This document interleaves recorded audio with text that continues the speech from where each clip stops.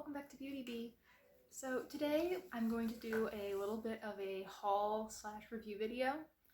About a month ago at this point, I promised that I would update you on what I purchased with my August budget and how they worked out for me. So everything is in this little box and we'll go through it. Now my budget was technically just for color cosmetics. It excluded hair care, it excluded nail polish, which is going to change. It also excluded sort of replacement items, but I ended up counting a couple of items that technically would have been outside my budget constraints into this haul. So let's just get the really boring stuff out of the way first. I have two replacements. Haven't needed to crack into either of them yet. This is the CoverGirl 3-in-1 mascara. This is the curved brushed one. I think they're all the same. I don't really mind one brush versus the other. And the Wet n Wild eyeshadow primer, their photo focus one. I am probably within a month or two of needing to break into both of those. So I just figured I would buy them, get that out of the way, and just know they're there. I've repurchased both of those many times in the past, so I don't worry that I'm going to get sick of them. Let's bounce off of that to the probably most exciting item that I purchased in this haul, which is the NYX glitter primer. I've used it a few times. I found it very helpful. I really like this. I'm glad that I purchased this. It's allowed me to get so much more use out of some of the eyeshadows in my collection. Previously, I ignored a lot of the shades in my collection that had glitter in them because I would get so annoyed with the fallout that I would get throughout the day. And now this does not make things fallout proof.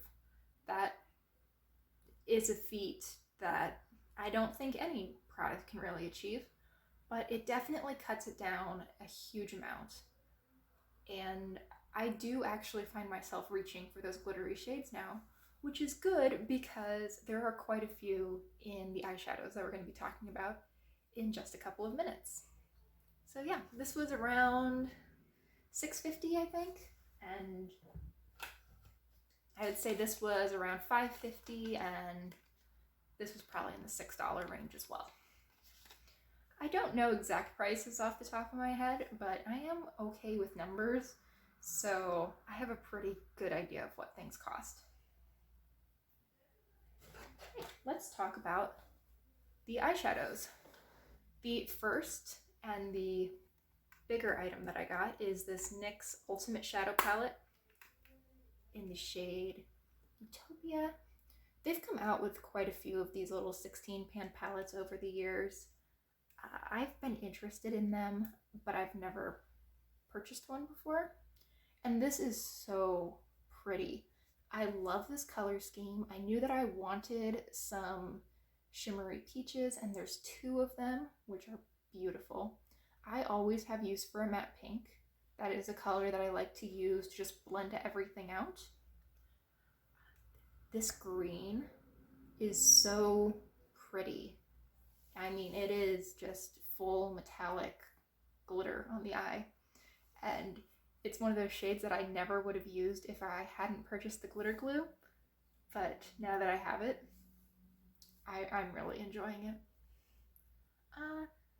The mattes in this are all really nice quality. Personally, I just have not a ton of use for these pretty dark mattes in the corner, though I do find myself using them once in a while to deepen up an outer corner or just do something pretty dramatic. This sage green is an absolute standout. I will put in swatches, cue the B-roll footage, but suffice it to say, I'm very happy with this purchase. And I think this was $16-ish, very well spent. It's a palette that I've already used quite a bit. It's one that I see myself continuing to use quite a bit. And I suspect that this time next year I will start seeing some little pans in these shadows. I also bought another NYX Ultimate. This is the NYX Ultimate Edit. It's their 6-pan setup. Uh, for comparison, this has 16 pans and they're smaller and square. This has fewer shades and you get a bit more product in each.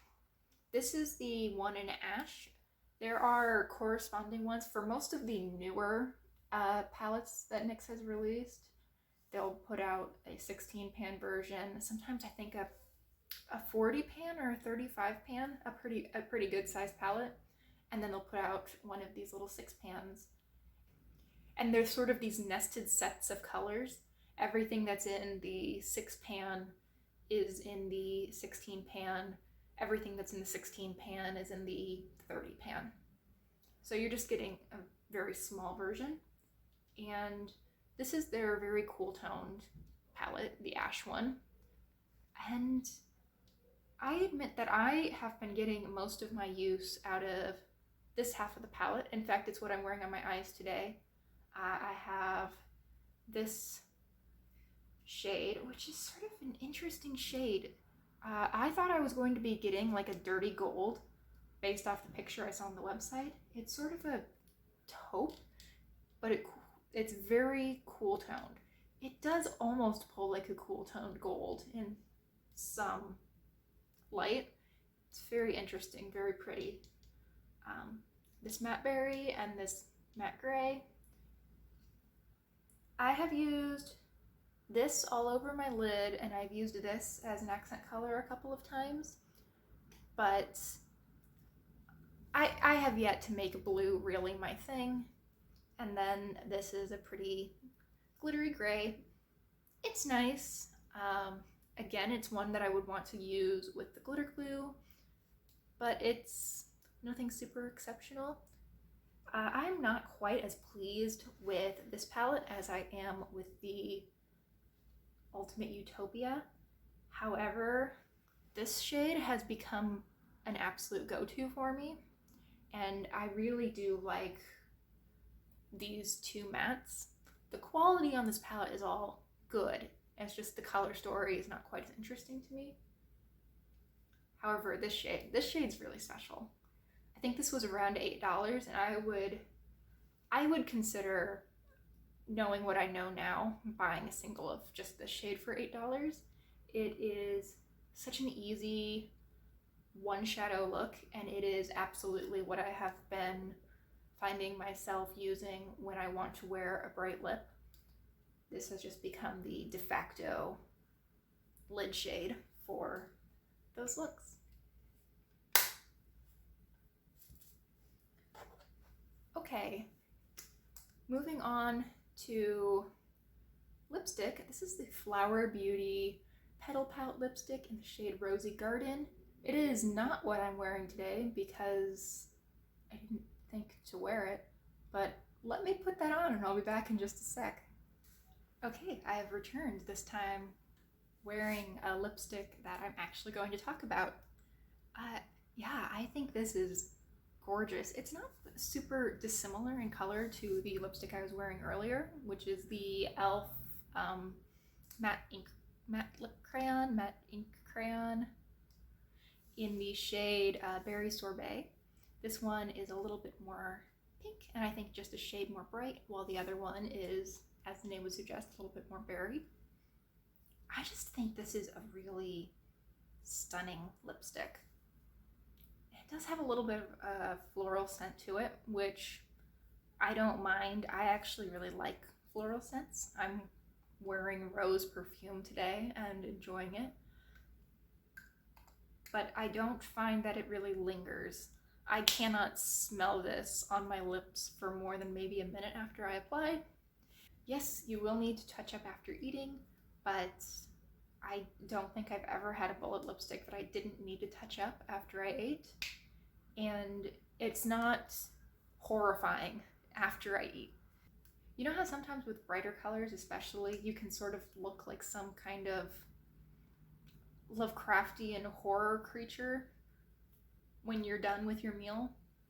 This is definitely in a state of I want to touch up, but it's not scary. It wears fairly gracefully as you eat. Yeah, I love this. I ranked it as my favorite lipstick in my recent lip ranking video, which I will link up in the cards. I think it's up here, though I don't know. Also, I just kicked the tripod, so sorry about that. The packaging is really nice. Yeah, I have on my next shopping adventure in November, and I'm really seriously considering buying a couple more shades in this. There's sort of a dusty rose that I'm looking at, a coral, there's a watermelon shade, and a nude, and a berry. I'm not actually gonna buy 5 of these, but maybe eventually. Maybe eventually. I'm really happy with this. And this was $8, though I got it on sale. I think it was 30% off. So it was $5.60-ish. Yeah, I really like that scent. Might be off-putting to others, but this is great. This feels way more high-end than $8. Okay, and then I got 2 nail polishes, which is why nail polish is now included in my $35 budget going forward, because, oh my goodness, I do not need any more nail polish. So, the first color I got is this Sally Hansen shade. It's one of the extreme wears in the shade Mellow Yellow. So in the bottle, I can see where they're coming from with Mellow Yellow. On my nails, this looks like a straight Kraft mac and cheese sauce, like the one that comes in the packet, not the one that you have to mix with water. It looks exactly like that. It is kind of a pain to build up. I think I had put 3 coats on, and I didn't find that it dried very well. I think I had 2 coats and the color looked good, but then like 45 minutes after I'd applied my nail polish, I messed it up, which is weird because 45 minutes is long enough that it shouldn't still be wet at all. I put it on a 3rd coat, and I put on my Sinful Colors top coat, and then it lasted for close to a week, minimum 5 days. No chips. It just had a little bit of tip wear, and my nails had grown out enough that I needed to switch colors. So yeah, I was disappointed with this at first, but I think this was a good purchase. I like this color. It's kind of an interesting one, and not one that I think I'll wear all the time, but it'll be fun for once in a while. This color though, this is a Sinful Colors teal nail polish. It is a little bit more greenish than it is coming off on camera, I think. And this is in the shade Rise and Shine. This is such a beautiful shade. I love teal nails. I think it looks really flattering. I think teal is just a beautiful color, and it's one I like wearing often. And actually, I didn't pick out this couch. This was left by a former roommate, but it does match my couch. And the only complaint I have with this is that it stained my nails. Oh my goodness, did it stain my nails. My nails underneath are still green. This didn't stain them like yellow or orange or those sort of candy corn colors that you see a lot of nail bloggers eventually end up with. No, this stayed green. And it didn't seem to matter a whole lot if I scraped off the polish or if I used nail polish remover. Still green. But I still like this shade a lot. And I don't use a base coat, so maybe if I did, it wouldn't give me that problem. I don't know, I'm still gonna keep wearing it.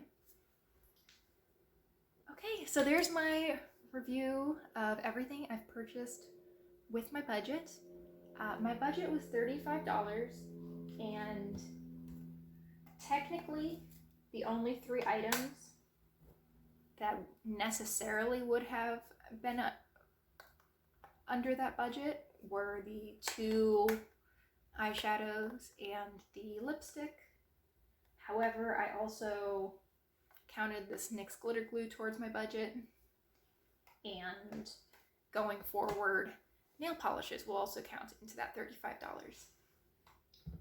Alright, thank you so much for watching. I hope you enjoyed, and I hope I will see you next time. Bye!